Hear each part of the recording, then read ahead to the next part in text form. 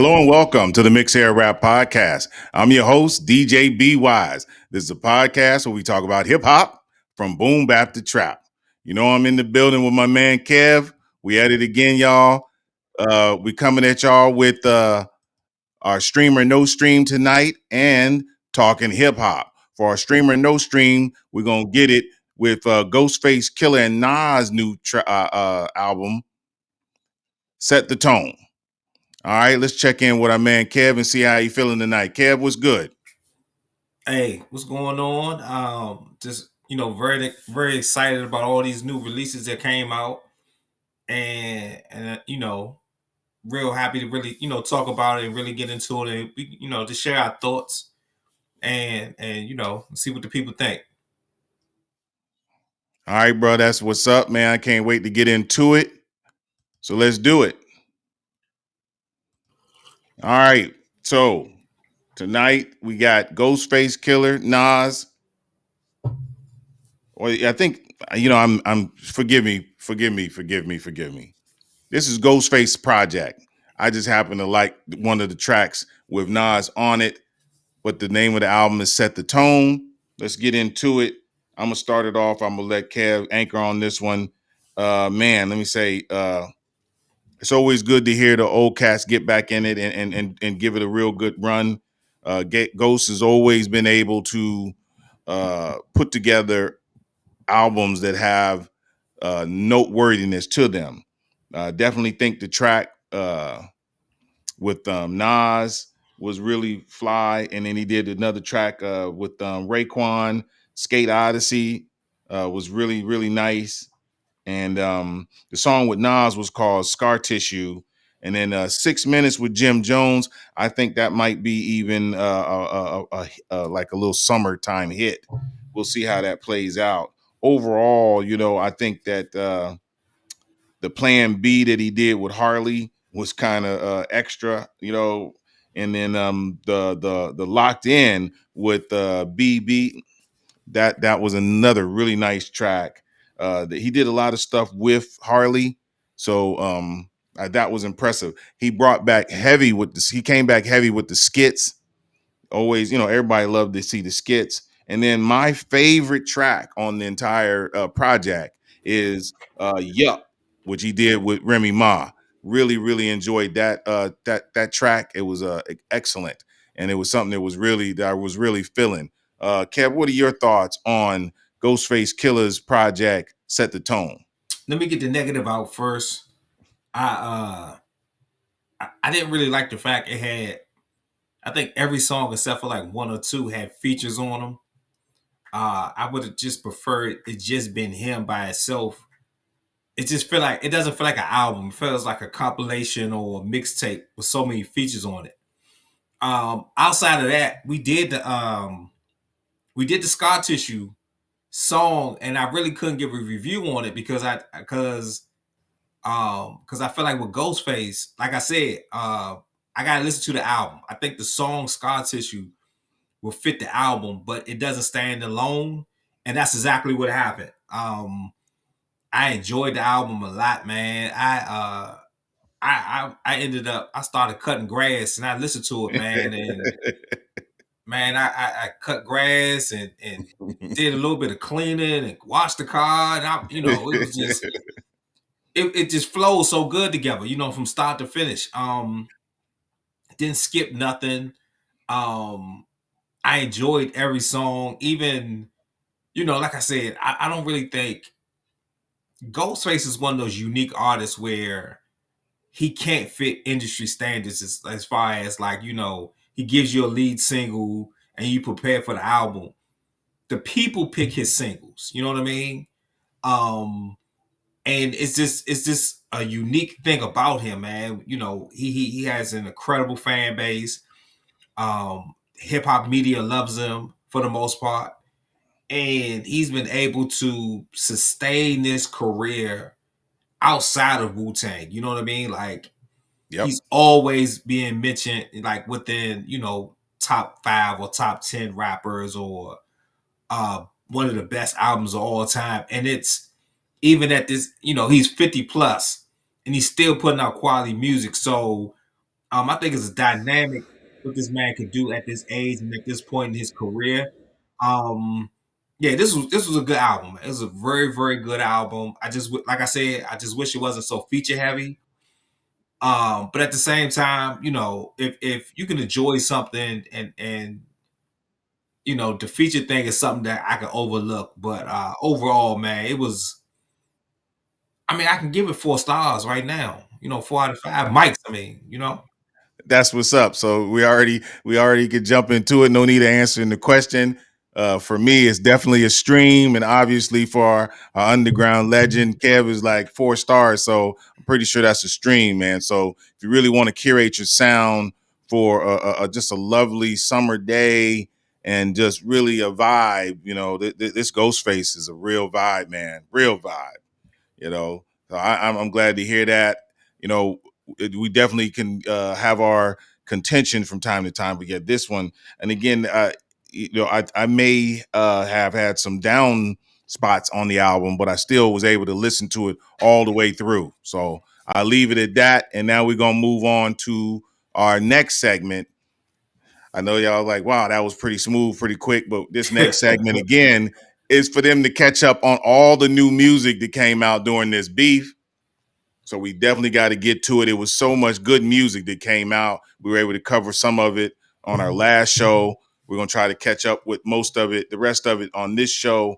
And we're going to start out with the first song we wanted to talk about. And that was Exit 9 by Killer Mike, Blast, and Offset. So I'm going to let Kev jump in this one first. Kev, take it away. I'm kind of 50-50 on it. Ever since Killer Mike won that Grammy, man, I've been. I don't know. I don't know. It's.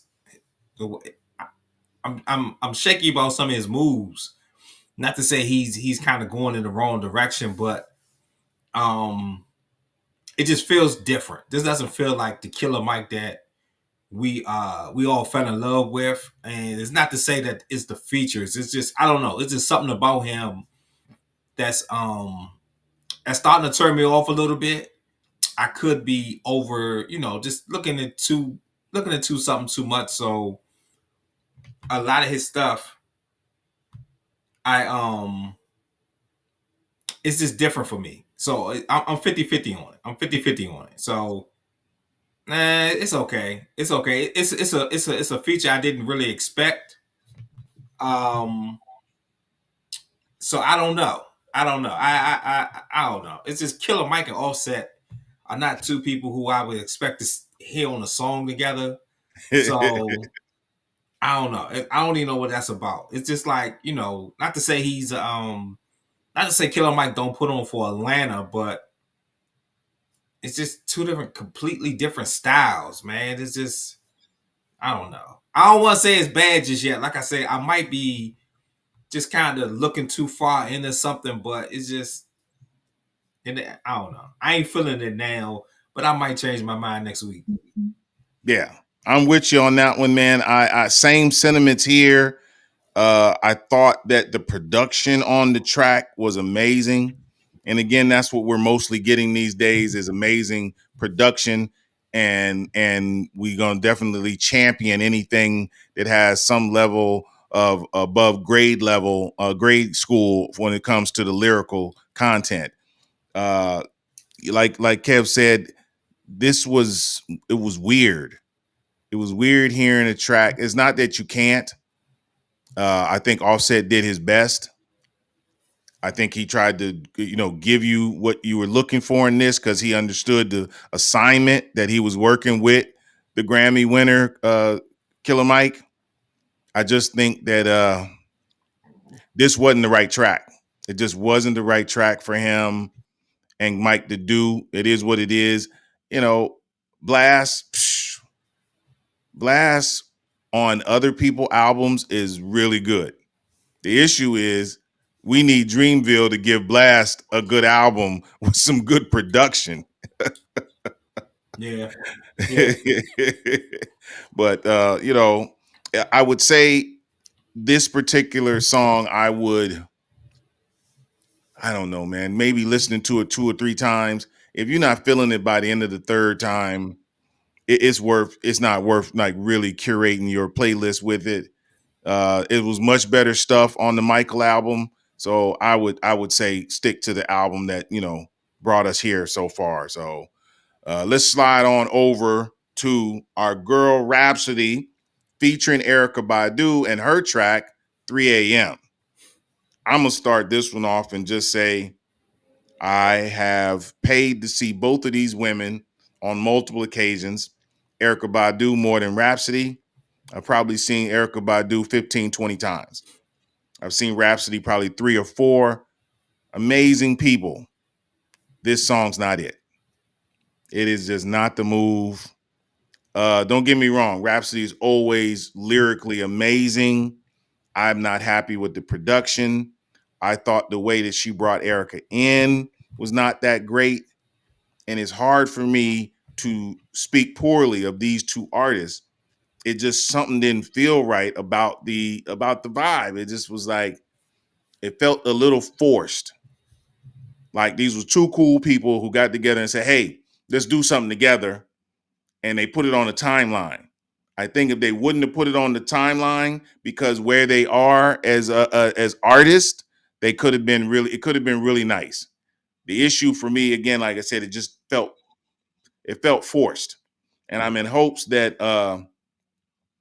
her album gives us more, because she said she's supposed to be putting out an album this year, and we really, really rap needs this. Rap needs her to make an album with a bop in it, just like Kendrick Lamar was forced to do in this beef.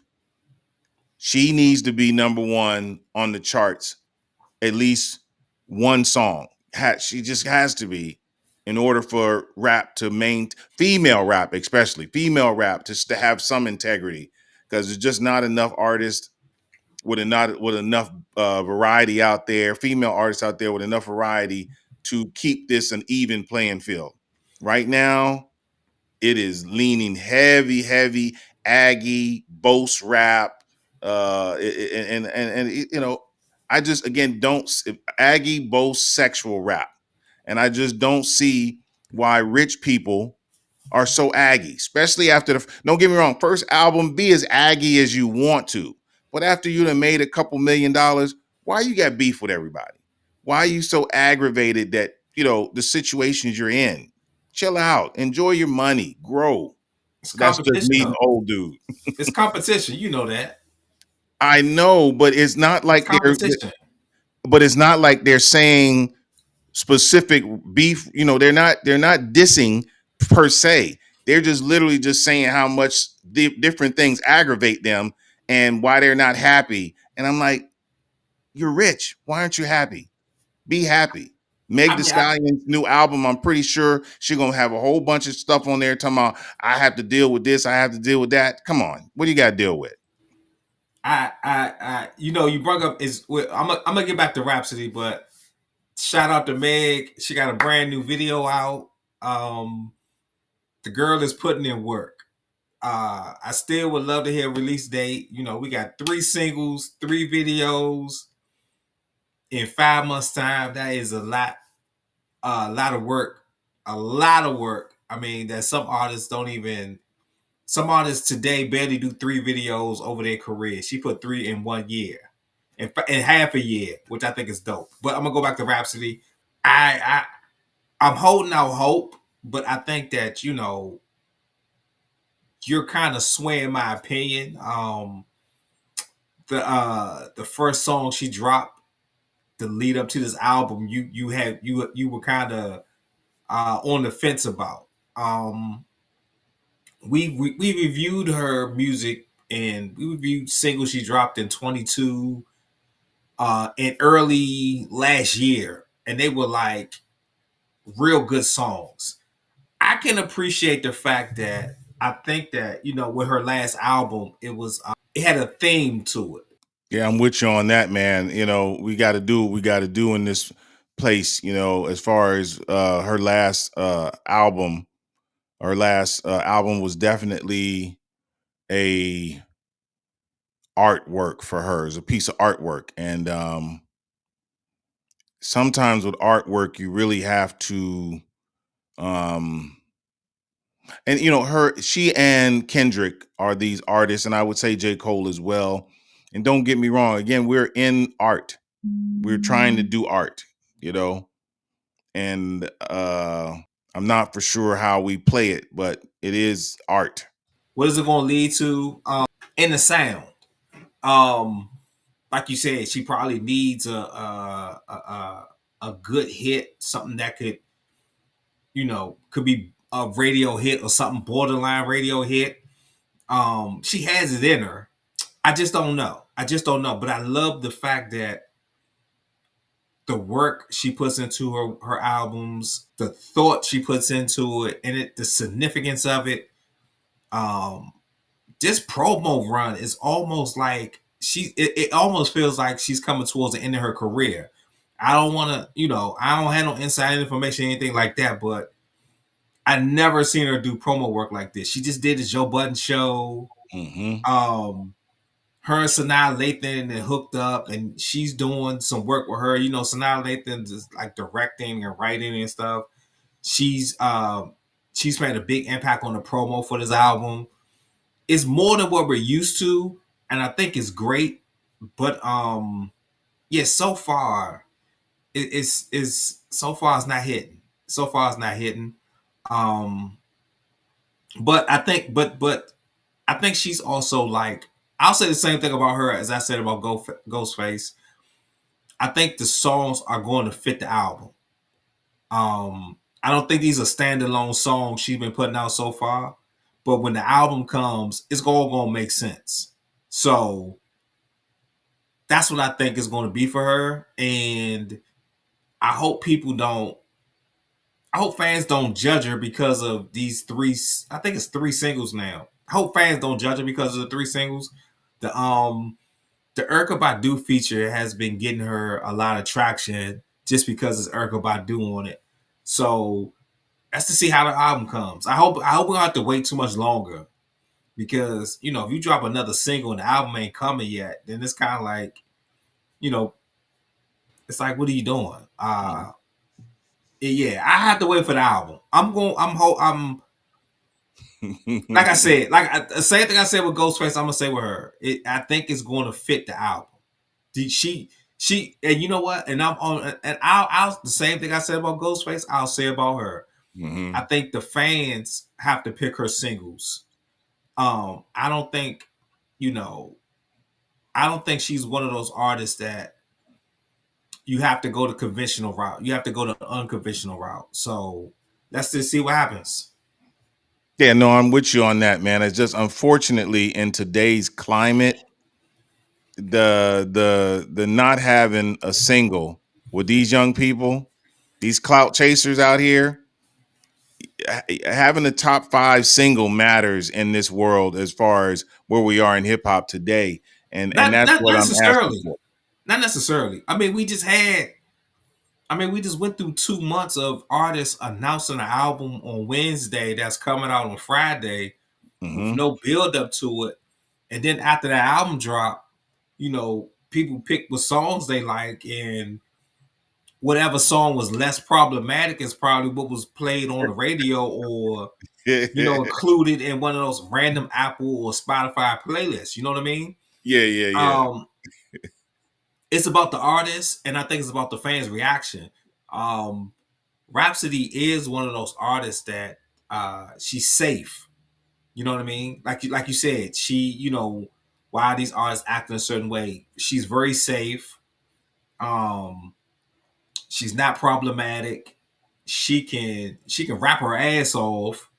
But at the same time, she can kind of give you a message, and it's not, and um, I think the word conscious has been overused over the past 30 years or so, that we really don't even know what conscious music really is in 2024. But um, if you needed like a historical lesson or historical knowledge, she could give you that. She could give you a Public Enemy esque song without the anthem, because she's not. I don't think she's a good anthem songwriter yet, but she could give you that hey, here's what's going on, you know, in this place, or here's what just happened 2 months ago. You know what I'm saying? She can do stuff like that and kind of make you aware of an issue that's going on. She's very talented, and like I said, the way she's been crafting her albums lately is we got to give her a lot of credit for that, because people is not really putting these themes to their albums. People, it just feel like people just making music and all the songs sound alike, but she's put some thought behind it. And I, like I just said, man, I just think that the album is gonna make these songs sound better. And I trust you on that. But I will say this, because I'm still comparing to what we just saw over the last couple of weeks. If it wasn't for 616 in LA and Not Like Us, I don't know if we're having the same conversation about where Kendrick is next to Drake. I think if you get, Euphoria is the top right now. Not Like I Us is know, number one, and but Euphoria is four, I think. what I'm saying is, if we would have got three Euphorias or three Meet the Grams, I don't think we're having the same conversation. I think we're having this conversation because Euphoria was melodic and melody, had a great melody, but like that was a bop. And these kids, all they want is so I promise you next week I got a video we're going to add to the podcast next week of a producer, a young producer telling an artist what is going to make them a star. And it's going to sound like this. It's going to say, kids, the people out here, they don't want to hear all that lyricalness. They want to hear a bop. They want to hear a couple of punchlines, maybe one double entendre. That's it. But They it want to depends be on who able to you're sing talking the about. chorus. But I it know all who is depends. singing to, but these producers are not making music for you or I or even the above average hip hop enthusiasts. They're making music for the masses, which are not concerned about anything other than being able to sing hooks and give it. So the reason why I bring that up is because, again, like that, if it's not for A minor, OV ho, those are the things that people have taken from that song. If you ask them what does that song say, what the lyrics are, they don't know. All But they I know is OV ho and A minor. but I think that I think it's all about your target audience though. So it's not like is is is is Rhapsody gonna sell out a 20,000 seat arena by herself? No. Um, But you she know, could if she made by herself, no. one hit single can No, do not by herself. Not by herself. And this is nothing against her, but just like you it. said, it's just like she she needs supporting acts. Now she could headline the show with, maybe, three acts that got some good treadway and some decent songs out there, but like radio songs, it's I mean, she's lucky if she gets on the radio, because I think that's, and I don't think that I feel like she's one of those artists that if she did get, you know, radio success, she might feel like they try to water her down. And, you know, in that effect of trying to water you down, is like it changes your sound. It changes uh what you're writing about. It changes, how do you construct the album, because I mean, like, oh God, what is the last? Was it called Harriet? What was the last album she had? Her last album that had the names of historical figures. Yeah, we can check that out. Let me, you're looking it up. You'll get it. But in the meantime, She couldn't make these albums if she was a pop star, or uh uh someone that's just, you know charting or anything like that. She couldn't. She couldn't do it. right? I'm with you. And, and I think that it's Eve. That's the name of the album. The album's Yeah, called Eve. yeah, I I got thought it you. was great. It's Eve. So Yeah, it's like Nina, Simone, Cleo, Aaliyah, Oprah, Whoopi, Serena, Tyra, Maya. I mean, it's just all these. She couldn't make this album. She could not have made this album with, you know what I'm saying, with the radio hits. And there's nothing wrong with that though. She has, damn, I just had it up. I think she has something like 8 apps. 1, 2, 3, 4, 5, 6, 7, 8, 9, 10, 11. She got 11 albums and mixtapes, yes. which today is great. For her to keep getting invited to the BET Hip Hop Awards, she Mm-hmm. gets a good place in there. They put her in one of the ciphers. Yes. She's prominent. She gives out an award. So it's not the fact her peers don't respect her. Does she need a big hit? No. She must be doing something well because she ain't making a lot of changes. So she making some money doing something. And So, and again, she's following the footsteps of your Nas's, of your Kendrick Lamar's, of your J. Cole's. But you got we're in a different climate. And in order to stay or in order to push our type of rap forward, you need not like us. but At least one. let me ask you this though. Okay. Who well who do you think her target audience is? That's the thing. It doesn't matter who your target audience is. You have to know that what you're doing is bigger than you. So same thing when we look back at the civil rights movement. There were people involved in that. Everybody didn't want to be standing out there getting fire hosed and dogs put on them, right? But they did what they had to do to push the movement forward. And for any and I said the same thing about Kendrick, and I'll say the same thing about her and any of the artists. Corday, where he's headed now, is a little weird.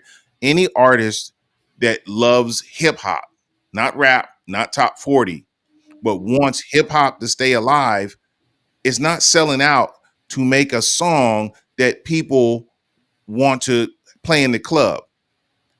You can't name one Rhapsody song that's a club song. And I know that may not be a bad thing, but artists like her tend to disappear in history. We don't talk about Bahamadia.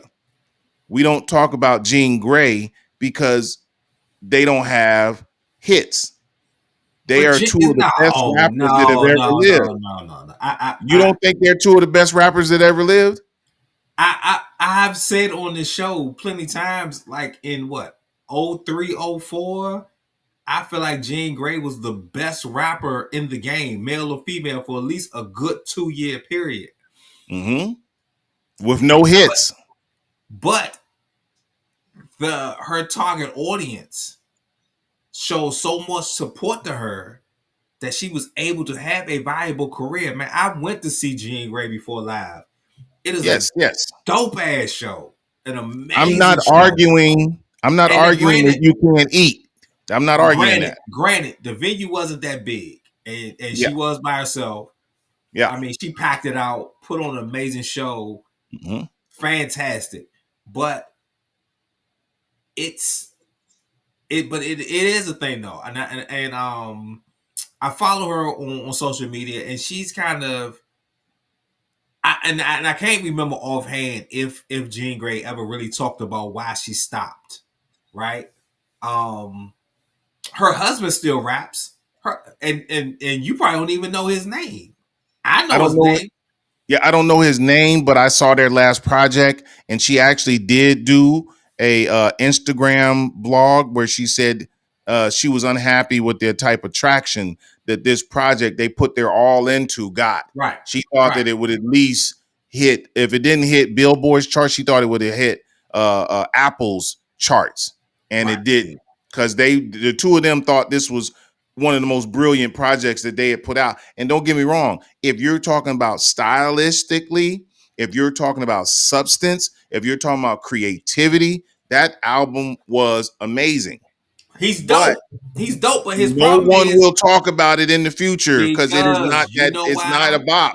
You know why? It's not The about being a bop. the era we're in. That's what it's about. We're in a It's bad era. because what Rhapsody is doing right now, it's damn near to the point of that's what an artist like her has to do. You have to advertise, advertise, advertise, advertise, advertise. Um, Social media is huge right now, and granted, you know what I'm saying. Like every time you look up, soon as a social network gets super big, a new one has been created. Um, and next year there's going to be a new social network because as of right now, we're looking at the U.S. government trying to get rid of TikTok. If the U.S. government succeeds and get rid of TikTok, you're left with Snapchat, you're left with Instagram, you're left with Facebook. Um, Facebook is considered to be the old people's website. So the youngest the under 40s don't want to really deal with Facebook no more. And then the 40s and the 50s, they're 50-50 on Facebook because if face because they know Facebook is the old people's site and they don't want to feel old. You got the early 50s, they're 50-50 on it also because yeah, they're in their 50s, but they still feel young because now everybody wants to be young now. So Facebook ain't it. Instagram is glitchy all the damn time. So now you only really got Snapchat and TikTok left. Hmm. Um, if the government gets rid of TikTok, what do you have left after that? You got to create something new. So sometime next year, there's going to be a new social media site up. Um, and I don't know if Snapchat is or TikTok is trying to run interference on it because that next one that comes out is going to overshadow those two because everything that's new is always the top dog. So, but when you are an artist, you are an independent artist, you have all this control in your hands. But Hmm. the one of the flaws that a lot of indie artists make is that they don't properly market their material. Like, um, like her husband is dope, man. That guy, he's a talent. He writes and he produces. Yep. Uh, he gets Gene on a couple of features here and there. She she pretty much retired from rap, but she sings. She has a decent singing voice. Um, he's it's so hard because I think for him to blow up, he's going to have to put her to the forefront. They will have to do a husband and wife thing. Um, and she has to lead the charge. But at the same time, there are a lot of indie artists that they're cool with that they're going to have to build stronger relationships with, and they're going to have to do something together to help each other out. Like if it's them doing a compilation album, if they're doing a tour together, it's going to be something um like if they hooked up with Joel Ortiz, uh Tanya Morgan, um Rock Marciano. Rock, him, uh Foreign Exchange, which is like one of the biggest indie groups out there. Like Yes. they could open up for Foreign Exchange and they would blow up. Yes. They would blow up opening for Foreign Exchange. So it's not the material. It's not the material that's hurting him. It's the marketing strategy behind it because you have to use your resources. You have a lot of free marketing tools out here. But at the same time, you have to realize that your friends in the industry, that people who actually big up your projects for free, you need those people. You know what I'm saying? You ain't got like it's what's the guy from Tanya Morgan? I can't think of his name. The light skinned guy in Tanya Morgan. He DJs and he works with this comedian. He's her touring DJ. It's a female comedian who she's an actress, but she does comedy on the side too. He's her touring DJ, and every week he sends out an email newsletter doing new music. So if Chris drop a project, he does it. He puts it out there. And this guy doesn't get paid. He doesn't get asked to, you know, to showcase new music. And I think Chris is going to need somebody like that. Gene is going to need somebody like that. You're going to need these people that you can use for marketing. Just like we sit here talking about Rhapsody. Rhapsody just did Joe Budden show. Who would have ever thought she'd have did Joe Budden show? Not me. I was shocked. I was like, damn, now I gotta look at Joe Budden show because I don't even look at it like that no more. Now I gotta look at it just to see what she's talking about. But there are, you know, hip hop podcasts that they can go do an interview. Just Blaze has one. My expert opinion, Math Hoffa, which I think is, you know, one of the dopest podcasts out there. They can do that one. Talib Kweli still got a podcast. To Most Def and Dave Chappelle, they got a podcast. I mean, there are big time podcasts with a nice following that they have to go out there and they got to go out there and promote their music. I don't think they're promoting their projects. Like I just said, like with Rhapsody, everything Rhapsody is doing for this album is amazing. And if Rhapsody had, you know, just that big bop or that big hit you said, I don't think she could do what she's doing right now. I don't think she could do it because, you know, she's under Ninth Wonder's label, and you know, I mean, more or less, he's an indie. It's an indie label also. They might be partnered with a major, but for the most part, they do their own thing, and it's something different when an artist can do what they want to do, as opposed to a record label saying, "This is the type of music we want you to put out." Again, I'm totally with you. I'm gonna jump in and before we slide on, because I do want to add another song that you brought up. Jean Grey's husband name is Quille Chris, and the DJ for Tanya Morgan is Don Will Freeman. Yeah, He's the Don light Will. Yeah, skinned yeah. cat with the dreads. Again, don't get me wrong. Everything you said is accepted and well received. Here's the issue: without a real underground movement, that's not gonna. It's just not going to catch traction. They can eat. Again, I think we're disagreeing on, or we're not seeing eye to eye on. I think you're speaking on them eating and them really having a comfortable lifestyle, and I'm speaking on them as far as making an impact on today's culture. Unfortunately, we're in a space where Sexy Red is more popular than Rhapsody. That's a problem.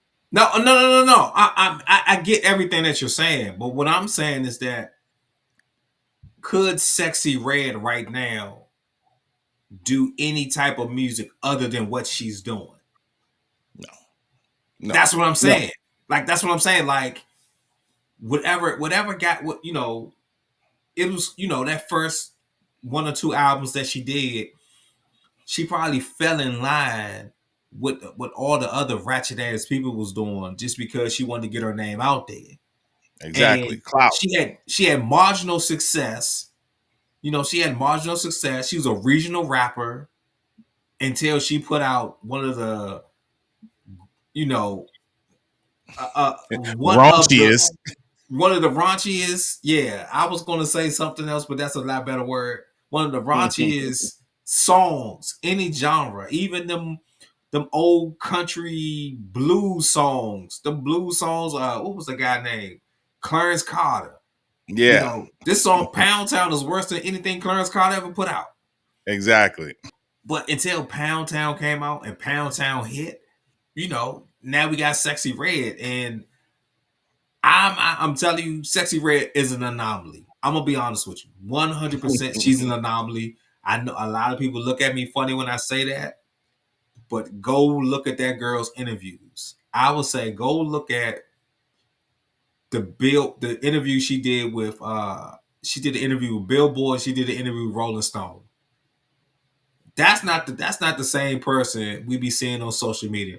That's not the same person you see on, I don't, any of these other podcasts where they encourage her to be, over the top. I've seen these calm interviews that she's done, and her actually saying, the things she rap about is not her, which most of them not though. A lot of these people are not. I mean, like, I mean, you know, when like I'll say it. I keep saying that the '90s ruined rap because of the standard that is set, that it can't, that the standard that is set, that it would never over, like, the quality would never top out what came out in the '90s. But also in the '90s, it was a thing about realness. You know what I mean? You remember then, you know, real was the thing. Real was the theme. And if you wasn't 100%, you got canceled. It would, like, like, people talk about cancel culture now, and cancel culture is all 50-50, and it's this, should you be canceled for this and should you be canceled for that? Nah, man, back in the '80s and '90s, if you wasn't, they found you was 10% phony, you was done. No You was doubt. close to being done. Like, No doubt. and it was just a different atmosphere there. But you legit had rappers that came out in the 2000s that talk about, I struggle and I came from the hood, and they grew up in the suburbs with a two-parent household, and they went to Hmm. private school and got Hmm. straight A's. You know what I mean? Like, Yes. it's And you had wild. rappers who've been wealthy or rich since they were 12, 13 years old, talking about how tough they are and how much trouble they'll cause down in New Orleans, even though they got discovered when they were 12 years old and have been making money ever since they were 12. But now they're considered the toughest guy in rap. But that's neither here I nor mean, there. but I'm just saying like this. I understand your point, and I'm not saying you're not wrong. I think every rapper, no matter what your subject content may be, should strive to have at least one hit that's either, played on the radio or a club banger or whatever it is. And you shouldn't look at a Sexy Red or Ice Spice or whoever as club bangers. Like, Nas got a bunch of club bangers, whole bunch of them, and he ain't talk about nothing ratchet or crazy, nothing like that. Nope. So it can be done. Talib Kweli got a couple club bangers. Common got a Yep. couple. Yep. And So that's these what I'm guys, saying. That's the only thing I'm saying is that she's missing that one thing in her portfolio. She doesn't have a number one, and she doesn't have a radio hit or a club hit. She's had music that's been well respected, and we're gonna move on after this. I'm gonna try to finish this up because I want to bring in Megan's BOA you brought up. I totally forgot it. That's people. Let me just say this, people. There was so much new music out that we missed during this beef. So let's slide into Megan's BOA. I enjoyed it, but again, for someone who holds Megan at a much higher standard, the music that she's doing, where she's always Aggie, she's now fallen into the Nicki style of rap, where you're a multimillionaire, have made multiple albums, but you're still Aggie. That means you're not making music for you. You're only making what the record label tells you to do. Because there's no reason for Nicki after 8, 9, 10 years to be still talking about she got beef with everybody. She's angry at how the world is treating her and things are unfair and that she can kill everybody. She's this tough lady. Don't disrespect her. Come on. Stop it. At some point you have to say, "Hey, I'm moving in a direction where I'm comfortable. So here's what happens when you get comfortable." No one seems to be, again, and that's why I blame it on record companies, because no one seems to be doing what Jay has done, what Mace has done, what other artists who had some claim. Only person who stayed Aggie their entire career has been Eminem outside and on the men's side. On the men's side, you don't hear Nas talking about, oh man, the world treating me bad, man. I can't take it no more. I hate it. I got to get into it with everybody. Jay don't talk that way. And we're not saying you got to go all the way left the way Jay did with, you know, some of the stuff he was rapping about in 444. But in general, there could be a little more levity in the stuff that Megan's doing, the stuff that Nikki's doing. Leave that Aggie stuff for Flo Millie, Ice Spice, like you said. Leave that for them, the new artists who come from the struggle. They now have money, but they're closer to struggle than any of the people we're talking about right now. So again, if you like Megan, BOA is some of her strongest stuff. Check it out. All I'm saying is that we have to hold someone as intelligent as she is, as gifted as she is. Kevin's going to tell you, he said it before here on the show. He heard her in a cipher. She held her own with dudes. If you can hold your own with dudes, you should be doing better than what we're hearing. And with that, I'm going to let Kev take it. But BOA is definitely worth a listen, and we're going to keep it moving. Kev, what's your thoughts? I think Megan is on her own label now. I think with all those label issues, I think she's doing it herself now. She did an interview late last year where she said,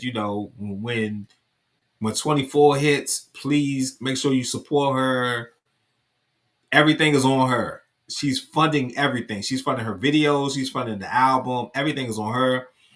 Like I said, as far as I believe, I think she's on her own now.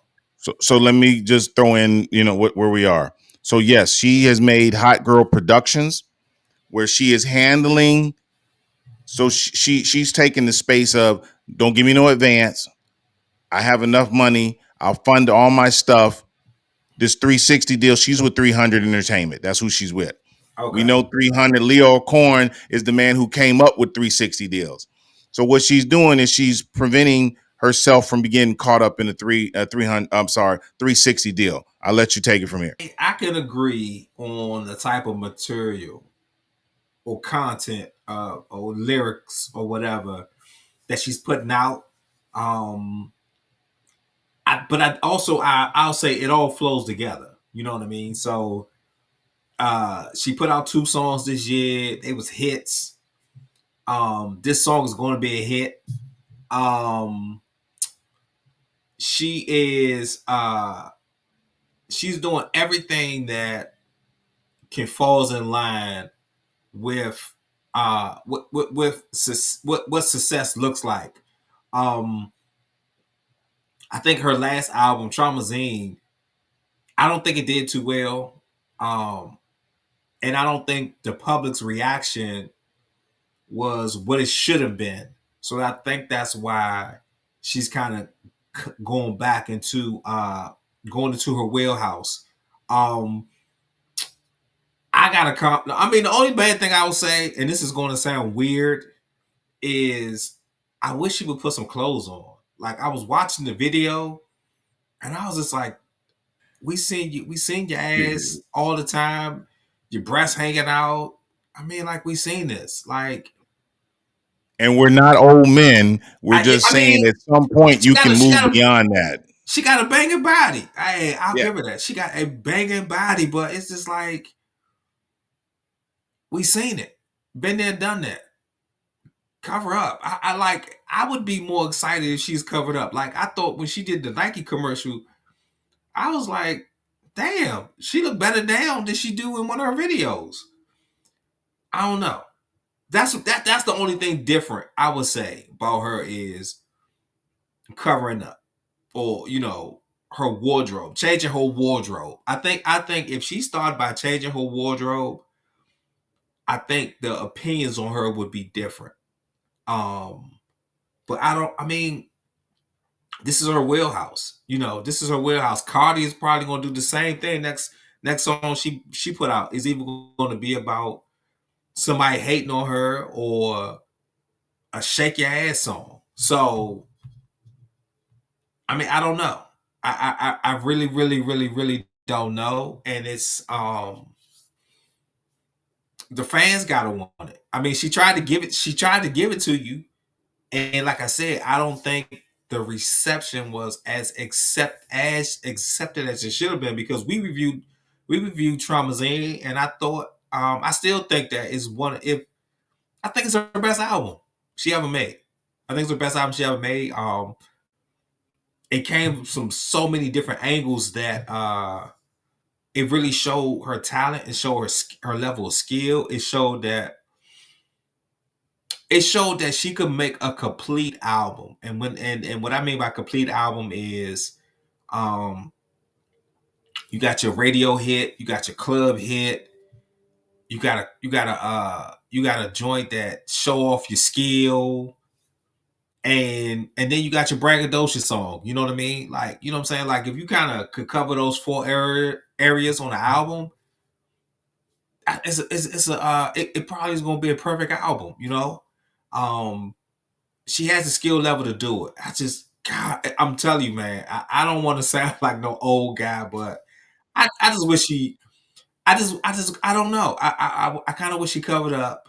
Um yeah, it's just the covering up. I could take the twerking. I could take the twerking. It's just I don't know, man. That one scene where it was just like she had on her breast was hanging out, and I think she had on the thong on. I was just like, gosh, are we here again? Like, put some clothes on. I'm with you, bro. I'm with you. And let's just say for those people have been triggered, we are not hating.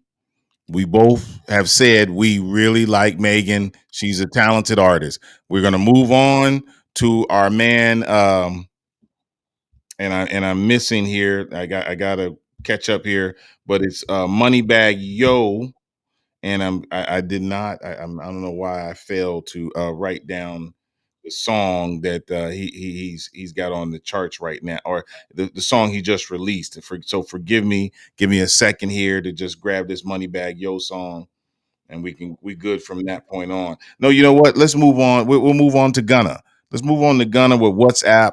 Kev, your thoughts on Gunna's WhatsApp? I think Gunna is one of those unique artists that um he his fan base makes his music sound better than it actually does. I think he's, he can write, he can produce, and he has an appeal to people to kind of pull him in, which is, you know a lot of people don't have that. I don't know. I don't know. I have, we've discussed Gunna many, many, many times on this show. Um some of our young Malcolm, and we had another guy that was on here, and they were big Gunna fans, man. They would go to the end of the moons, Gunna this, Gunna this, Gunna this, Gunna this. And I couldn't really get into it though. But like I said last show, when I saw the clip of from his one of his most recent concerts, and the people were just jumping up in that balcony and looked like the thing was going to collapse. And I was just like, okay, um, this is amazing, because I don't think a lot of us old heads really kind of look at him as someone who can make something like that possible. Um, it just, I don't know. It doesn't sound new. It doesn't sound fresh. It just sounds like Gunner and his sound.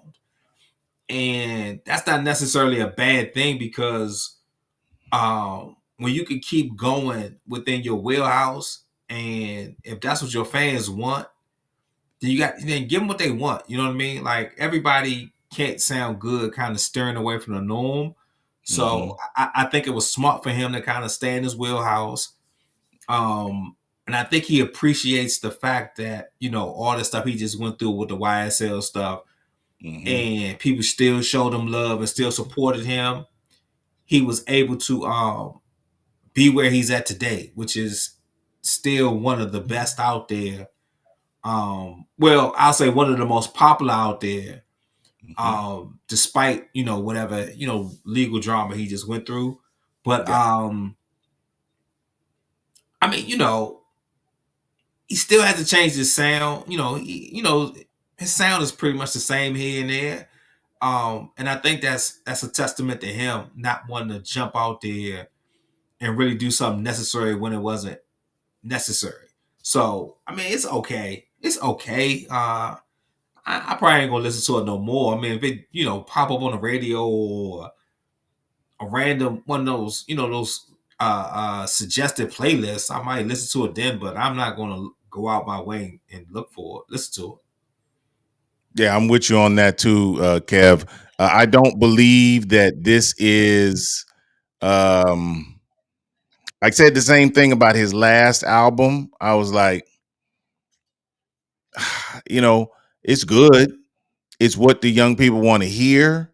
But as far as is it meeting the bar of where he was when our older co-hosts were here and they were loving it?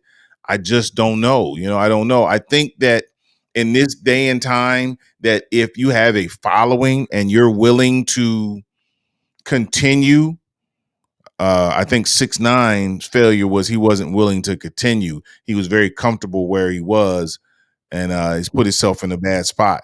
But Gunna seems to be willing to continue, so people are going to keep following him because he had his following, and with that, this song, don't get me wrong, it is quid pro quo. It's Gunna. It's Gunna. It's average Gunna. Is it excelling in any way? I think if he puts out an album this year, this wouldn't be the number one played song on an album that he's made. I think he's got a lot more in store. I think that the record company probably picked this one out for him to put out, and it just wasn't the one. And record companies make mistakes. It is what it is. It's not their fault. It is what it is. So we're gonna slide on real quickly to our man Moneybag Yo, and the song I was trying to look up. Forgive me for that, and that was "Trying to Make Sure" by Moneybag Yo. Again, I'm gonna jump in real quick and just say Moneybag Yo has been, to me, one of the few modern artists that has, he and Baby have presented the most diversity of the artists in their age range. And they're not even say age, it's not based on age, but for those artists who are out currently and are who are popular. I thought G Herbo was going to give us that. He hasn't really done that. Polo G did that. We're seeing that from the Baby now. So there are other artists out here who are showing a level of diversity, but I will say right now, the Baby and Moneybag Yo are leading that diversity to current rap, and I'm happy to see it. I thought that this song was up to par of what he's done in the past. I thought it was a shade different than some other things he's done in the past, and I'm gonna give him his kudos on this. I'm not finna sit here and tell you I'm gonna listen to it time after time after time every week, but it's going on a playlist. It's going to go on one of my modern hip hop playlists. So let's see what Kev thinks. Kev, what do you think about that new Moneybag trying to make sure project? I think it's just it's his sound. It's nothing really new, nothing really different. Just like the same thing I just said for Gunna, it doesn't hurt. The kind of to get the people what you're known for. I mean, it's decent. Just like you said, if it's they'll probably play it on the radio. It might get a little, some attention in the clubs, and it's not bad at all. It's just, it's just the same. It's just the same sound that we know of. We know from Moneybag, and I mean, you ain't expecting a whole lot from him anyway. I mean, you expect him to give you a hit, and this is a decent little song. I mean, it might be considered a hit at some point. I mean, I don't know. You know what I mean? I don't want to sound like I'm dogging the guy or anything like that. It's just it just sounds like all his other stuff to me. to me. It just sounds very familiar. So it's kind of hard to judge. It's like, I'm not really tripping off of it. So like it's just okay. It's just what we know of him, and I'm alright. You know what I mean? Like I don't listen to him that much anyway. But you know what's crazy? I know a guy, he's like 65. Hmm. Loves Moneybag Yo. Listens to Moneybag Yo all day long. Matter of fact, he was at oh man, one of the black colleges. They had Moneybag Yo at their homecoming concert. He was Hmm. there. He was there. His old That's ass what's was up. there. He loves That's what's Moneybag, up. and he gets on me about it, man. Every time I see him, oh, you get on Moneybag yet? Nah, man, I'm good. I'm good. You know what I'm saying? Like, but different strokes for different folks. Everybody don't like everything, but I don't want to say like I'm like this dogging a guy out. It just feel like the same to me. But I can see why. I can see why his fan base loves him. You know what I mean? Like they know they're gonna get. He makes music that appears that if when he's in concert, you're gonna have a good time. You know what I mean? Like that's what you want. You know what I mean? Like that's what you want. All this smooth and all this vibing and all this chill, laid back stuff. Well, I don't want to go to a concert and listen to that. I don't if I want something smooth and a vibe or whatever, I go to a jazz show. You know what I'm saying? Or I go Yep. to a classical show. You know, if I want to sit down, that's where I'll go. I want to be, you want to be hoarse because you're singing this music all night, and you want to be sweaty just a little bit because you was dancing and you was having fun. I think that's all about what the concert's all. So yeah, Moneybag makes good concert music. Uh I'm kind of getting like you now, man. Where you kind of got your DJ ear on when you listen to a lot of these music. I'm like, okay, what? How does this music transition to the venues? You know what I mean? Like, Exactly. is it worth it me spending my money to go to this place to listen to your music? Because if I'm just standing around drinking, man, I'm gonna be like, I'm ready to go. I might leave early and feel like I wasted my money, But I think I think Moneybag puts on. I think his music like I said, I think his music just transitions very well to a live Hmm. audience, and I think that's what he needs to stick with. That's what's up. Appreciate that. Uh, we're gonna now finish up. Last but not least, on this conversation we're having tonight, I hope you guys are enjoying it. I'm gonna let Kev lead us into this one. These are some underground legends, and I'll let him walk us into this. Kev, take it away on our last artist we want to talk about. I think it's a unique pairing, to be honest with you. I don't really think I expected to see them together on a song.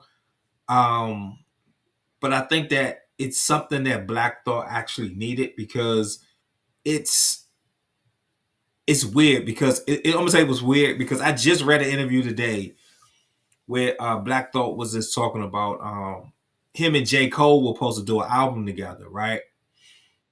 And he told J. Cole sent the beats over, and he was like, it sounded like roots music, and he was like, I didn't want to do that. You know what I'm saying? It's like if I'm gonna do roots music, I might as well just do it with the roots. And he was like, well, his was on my mind, and he said, the vibe he gave him, he think it scared him off because he wanted to be um somewhat aggressive or uh could be considered somewhat like hardcore beats or something like that. I think with Mad Lib, he's going to find that middle ground in between the roots music, which is what made Black Thought popular, but at the same time, he's going to give him that harder edge that actually fits his rap style. You know what I mean? And I think that I think it might be end up being his if they go ahead and do a whole album together. I think it might be Black Thought's best solo album. Be honest with you, Mad Lib is one of those producers that we don't even talk about as far as just body of work. Man, Mad Lib is just so phenomenal, man. Like he just brings out Mad Lib and Alchemist are like they're slowly creeping up on the best hip hop producers list all time. I think by like some by this a year from now, I might put one or both of them top three producers all time. I'm with you on that. I definitely think what Alchemist is doing is the level of diversity he's shown over all this period of time has put him in a definitely in the conversation. Uh, for me, this particular project, and it's called Rokioid, if I'm pronouncing that correctly. Kev will correct me, but hey, man, this is what hip hop needed, but unfortunately is not the beat is not enough of a bop in order to get it up the charts. The lyricism in it is amazing. Mad Lib still got it. Black Thought never lost it. It's just again, they're gonna be able to eat, they're gonna be able to tour, they're gonna be able to play this song in venues. But my hopes and dreams of this for this year and forward is that artists that matter to hip hop make music that the masses want to hear. And I'm not saying their whole catalog needs to be like that, but I'm saying that we have to. There's never been a time in the '90s where or early 2000s where a respected artist did not make a song that you could did not make albums that you couldn't hear on the radio because they would give you at least one. When we talk about who we started with, Ghostface Killah, I remember him album after album, a lot of dope stuff, but everything wasn't going to get played on the radio. People wasn't going to vibe on everything, but he would give you one song, just one, and it would make the charts. I'm not saying they would go number one, but he had a lot of top 20 charts, top 10 charts, top 10 songs that really helped keep it going. And that's Well, why he's still in the conversation. well, um, what like let's take the Ghostface point you just made, right? Yeah.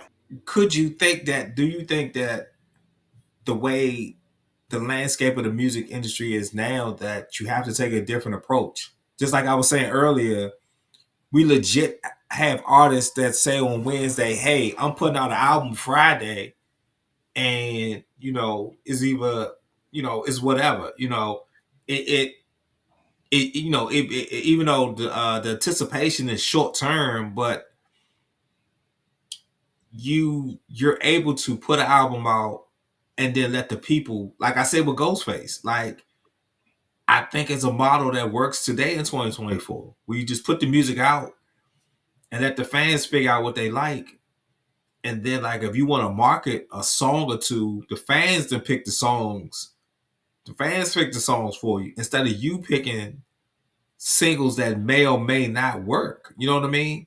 Because Black Thought is not one of those artists by himself. Black Thought by himself is not one of those artists that's going to have a big radio hit. Now, Black Thought with the Roots, because of their sound, that's a different story. Like the Roots could put out a lead single and push that to market their album, but Black Thought can't be put out no lead single trying to market something. And Black Thought needs to just don't say nothing.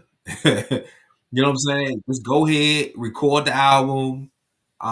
Let your producer, mix, master, do whatever they're gonna do with it. You guys pick a release date, and then like a week or two before it, you say the date is coming out, I mean, if you want to release something, give a like a 30-second clip or 1 minute preview or something. Something real short. You know what I mean? Yep. So people can't really judge it because I think that's what works. Like I think that I kind of like today's model because it's going to make me listen to your music as opposed of judging what I think I'm gonna hear based off your lead single. I like today's music though because I think it's more music today that we really don't really particularly care for, or it doesn't last as long. So like if you got a lead single and you don't care for that lead single, it's gonna take you a while to listen to that person's album because you're not going because you don't like the lead single. But if I don't have a single and I just have a Mm-hmm. album, Mm-hmm. you got to listen to my album to figure out what songs you like. You got to listen to the whole album, beginning to end. You can't just go download my album and then listen to, the lead single that you like, or, what I'm saying, listen to the lead single that you like, and that's it. Because that's what a lot of people do. They'll listen to that one lead single 10 times before they go listen to the album. So I don't know. Like I said, I like today's model because I think that every artist is not a lead single artist. No doubt. No doubt. I'm totally with you on that. I believe everything you said is correct, and I'm in hope. Again, for a hip hop head as old as I am, a man of a certain age, of a certain amount of experience when it comes to this thing called hip hop. I don't know how we get it to a space where there's some level of diversity and equity. That's the word now, isn't it? Diversity and equity. So what I'm saying is the only way to get us there, in order for us to have, let's not say Mad Lib. Mad Lib has been underground forever and a day, and that's what makes him charming. The thing about Black Thought is that, like you said, with the Roots, he's had some number one singles. Let's keep that going. What I'm saying is we need artists who carry a certain level of weight, like Rhapsody, and we'll get out of here with this, to do something out of the norm. There has never been nothing better for Kendrick Lamar's legacy than what he's done over the last 2 weeks. I get that he made these amazing projects that are highly critically acclaimed, that the critics and that the people who matter in music have said that this is the chosen thing. Chosen. You're the chosen thing. What I'm saying is the chosen thing doesn't move the masses. What moved the masses was he did somebody, he took shots, he returned fire, and the fire he returned was a bop. And in today's climate, the bop is everything. And Drake didn't match him in the bop. With that, we're going to move on and give our sentiments for the evening. I just want to thank you guys for always being there for us, listening. We really appreciate you all. I'm starting to see some real rumblings. Please tell a friend and tell a friend, because we're really starting to see some traction. And I think what we're doing is necessary. And for those people who really care about what we're doing, not saying Matt Hoffa's projects, not saying Joe Budden stuff, everybody's stuff is worthwhile. There's enough time on everyone's plate that you can listen to everything. Can't listen to us all on the way home, listen to us on the way to work. If you can't listen to us on the way to work, take 30 minutes during your lunch and listen to us. But we can fit in to this, and I think what we're saying has some relevancy. We ask that you please give us an opportunity and tell a friend to give us an opportunity if you enjoy what we're saying. Kev, your sentiments on tonight's conversation and anything else you want to say to the people. I mean, I think it goes back to the intro that you said. So much, so much good music, or so much quality music, so much music, just period, has been released, and so many different artists are not afraid to actually go in the studio and put bodies of work out. And I think it's a very encouraging because of what Drake and Kendrick was able to kind of overshadow everybody else. But so many people stood their ground and still released at the time they planned on doing it. And like I said, I said a few shows back, man, summer's coming up. And this is like, the perfect time to really drop new music. So if you got it, put it out there, man. And somebody's gonna gravitate towards it. They're gonna share it on social media and do that thing with it. So I'm just so happy to see that it's so many people that just wanna put music out, wanna release something, wanna be involved and engage in the public, and um just keep doing it, man. Just keep doing so many great things. And I think it's fantastic. And I think we should all be able to appreciate it, like it or not. That's what up, my friend. I really appreciate you for everything that you bring to the table for us. We're gonna keep on rocking it, party people. Check us out at another time. Enjoy the rest of your 365 days around the sun. We appreciate you. Don't forget what you see scrolling across the screen. You can check us out on all social media platforms at Mix Era Rap. And with that, we are out of here. Peace.